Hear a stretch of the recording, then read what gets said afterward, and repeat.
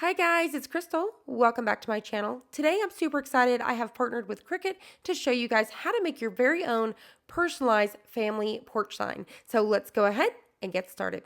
Today we're going to be making a 60-inch sign. You can find these locally at your craft store, and the materials you're going to need today is you're going to need a roll of Cricut Smart Vinyl. This is going to be without a mat, so we're going to be able to cut this all out in one length. We've got some transfer tape as well as some parchment paper. I'm going to be using the Cricut roll holder today, as well as the Cricut XL scraper tool. All right, so we've got all of our things. We are ready to go. Let's head on over to Cricut Design Space and design our sign. So what you want to do is take a square, hit the unlock button, and size it exactly to the size of your sign. This is going to help you visually see how big you need to cut your vinyl.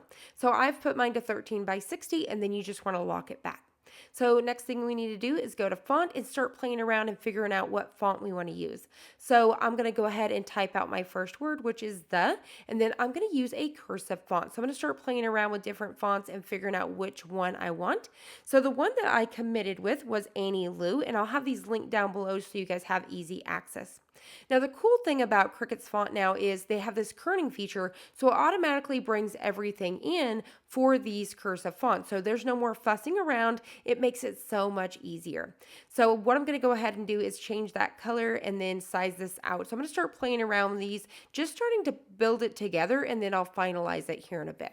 So I'm happy with this. I think this looks great. Let's go ahead and work on our last name.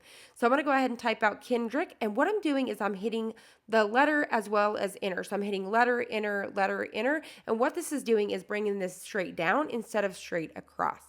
So I'm going to go ahead and hit enter. We're ready to go. We're going to bring it in. Now I'm going to go ahead and change this font. I want this to be a different font. And what I went with here was Belwe Std Medium. And once again, I'll have it linked down below. And you could definitely choose whichever one you want to. So I'm going to go ahead and change this to white as well. I'm going to size this out. Now what we need to do is we need to go to line spacing. So instead of letter spacing, I'm going to do line. So I duplicated the, and then I'm going to type in family, and I'm going to bring it down here. So I'm going to go ahead and bring that down. So it's easier to duplicate sometimes instead of going back up to font and switching those around. So I'm going to go ahead and go to that line spacing, and I'm going to space this in as much as I can. This is going to help me make sure I can size this out as much as I want and keep it a nice big chunky font. So now I'm just going to size things around, figuring out about what looks best. So I'm going to go ahead and hit text one more time, and I'm going to add in established 2010, and this is the same as Kendrick. So I'm going to go ahead and change that to white as well. So now what I'm going to do is select everything, and I'm going to hit align and center, and then once I'm happy with it, I'll select everything and attach. So now we're ready to cut it out. I'm going to tell my machine I am not going to use a mat, and we're going to send it on over. I'm going to be using the Cricut roll holder today.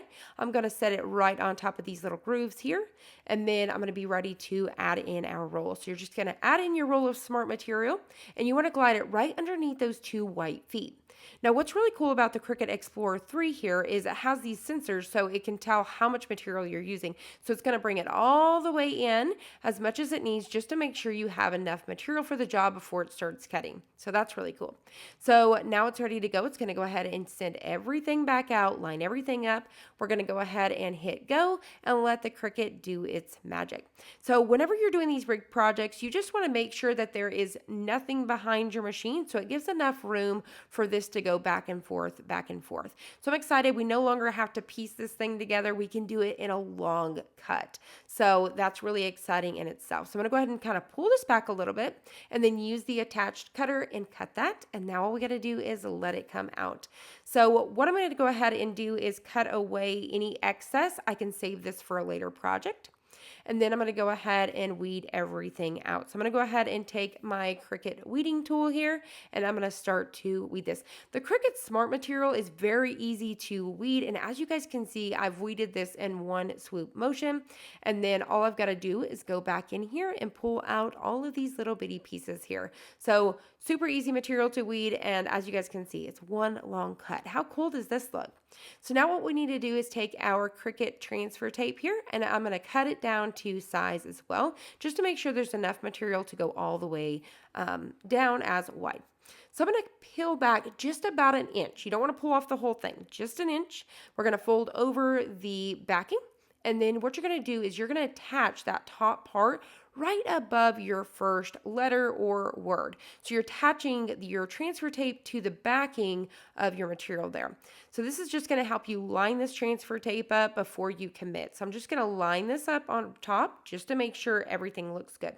What I'm doing is a pushing, pulling motion. So I'm pushing with the one hand and I'm pulling with the other. This is going to help you to not get those bubbles or any sort of buckling or anything like that. I'm going to set this aside, and I'm going to use my Cricut XL scraper tool to rub everything in. So this is called burnishing. You're just going to attach your vinyl to your transfer tape. So once you're done, you're going to flip it over and peel away, and it's going to come right off. Now you want to be super careful. We don't want to mess this up. I'm going to gently scoot it out of our way and bring in our big sign. Now I've already cut down a piece of parchment paper and I've laid it right inside. So this is going to help you not commit too early. So you're going to be able to line up your design right on top of your sign without it sticking and possibly messing it up. So vinyl does not stick well or at all to parchment paper. So it's really cool. So what you can do is leave about an inch gap, as you guys can see on the left. And I'm going to be able to lay this right in the center, getting it as much as I can, as best as I can. And then what I can do is go ahead and take a ruler, tape measure, and figure out, are these even? Do they look good? You may want to check the top, middle, and bottom. Once you're happy with it, you'll go ahead and slide over whatever way you're needing to go if you need to. And then once you're happy with it, now you're ready to commit. So what you need to do is take that very top piece of the transfer tape. You're going to take your XL scraper tool and rub that in, just your transfer tape right on the sign. So now what we can do is gently peel away our design from the parchment paper. So I'm going to lift this all the way up, and then I'm going to very carefully remove that parchment paper. And then we're going to be ready to lay this down. So what you want to do is just be nice and gentle, nice and slow, and just slowly lay it down. You may want to rub one side all the way down and work your way all the way down. And then what you're going to do is take that Cricut XL scraper tool once again and really rub this in. So you're going to really burnish this. So at this point, you're committing it to the sign and you're really getting it to attach. I do highly recommend, if this is something that's outside, using the permanent, so that way you know it's going to withstand the weather and elements and things like that. Now, if it was something for inside, you could definitely use removable as well. So I'm going to go ahead and rub all that in. I'm going to take that transfer tape at a corner and at an angle. So if you'll lay it completely flat at an angle and just kind of peel straight down, it's going to come right off. So as you guys can see, how cool does this look? Super nice. We made a 60-inch sign here with one cut. So I hope you guys enjoyed this. I hope you guys found it helpful. If you did, please hit the like button down below and subscribe. And I will see you guys on the next one.